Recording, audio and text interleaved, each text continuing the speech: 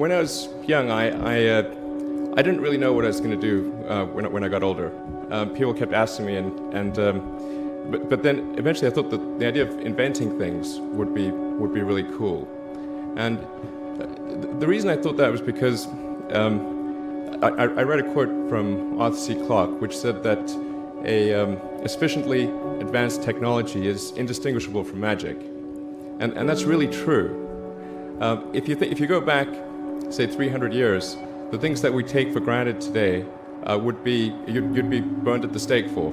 Being able to fly, being able to see over long distances, being able to communicate, and having access to all the world's information instantly from almost anywhere on the earth. This is stuff that really would be magic, or would be considered magic in times past. In fact, I think it actually goes beyond that, because there are many things that we take for granted today that weren't even imagined in times past. They weren't even in the realm of magic. So it actually goes beyond that. So I thought, well, if I can do some of those things, basically if I can advance technology, then that's like magic, and that would be really cool. And I also had sort of a slight existential crisis, because I was trying to figure out what does it all mean? Like, what's the purpose of things? And I came to the conclusion that if we can advance the knowledge of the world, if we can do things that expand the scope and scale of consciousness, then we're better able to ask the right questions and become more enlightened, and that's really the only way forward. I think about what technology solution is necessary in order to achieve the particular goal, and then try to make as much progress in that direction as possible. I think being a multi-planet species and being out there among the stars is important for the long-term survival of humanity. But then the part that I find personally most motivating is that it creates a sense of adventure, and it makes people excited about the future. If you consider two futures, one where we are forever confined to Earth until eventually something terrible happens, or another future where we are out there on many planets, maybe even going beyond the solar system. I think that second version is incredibly exciting and inspiring, and there need to be reasons to get up in the morning. Life can't just be about solving problems. Otherwise, what's the point? There's got to be things that people find inspiring and make life worth living. When my brother and I were starting our first company, instead of getting an apartment, we just rented a small office, and we slept on the couch. And we showered at the YMCA, and we're so hot up we had one computer, so the website was up during the day, and I was coding at night, 7 days a week, all the time.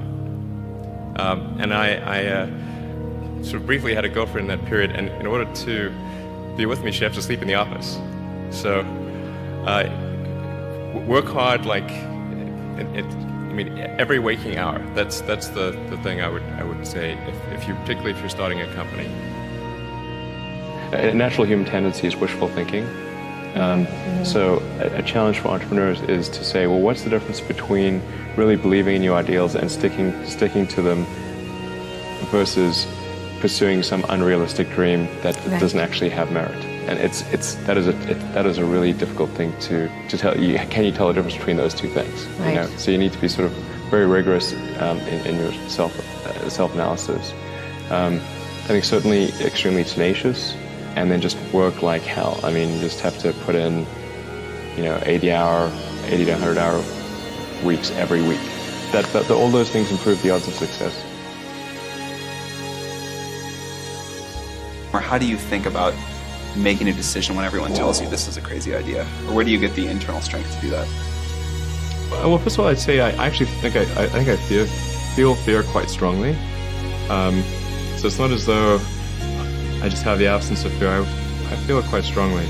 But there are just times when something is important enough, you believe in it enough, that you do it in spite of fear. People shouldn't think, well, I feel fear about this, and therefore I shouldn't do it. It's normal to feel fear. So you just feel it and let the importance of it drive you to do it anyway? If you just accept the probabilities, then That diminishes fear. Drive overrides fear. It's about believing in the future and thinking that the future will be better than the past. And I can't think of anything more exciting than going out there and being among the stars.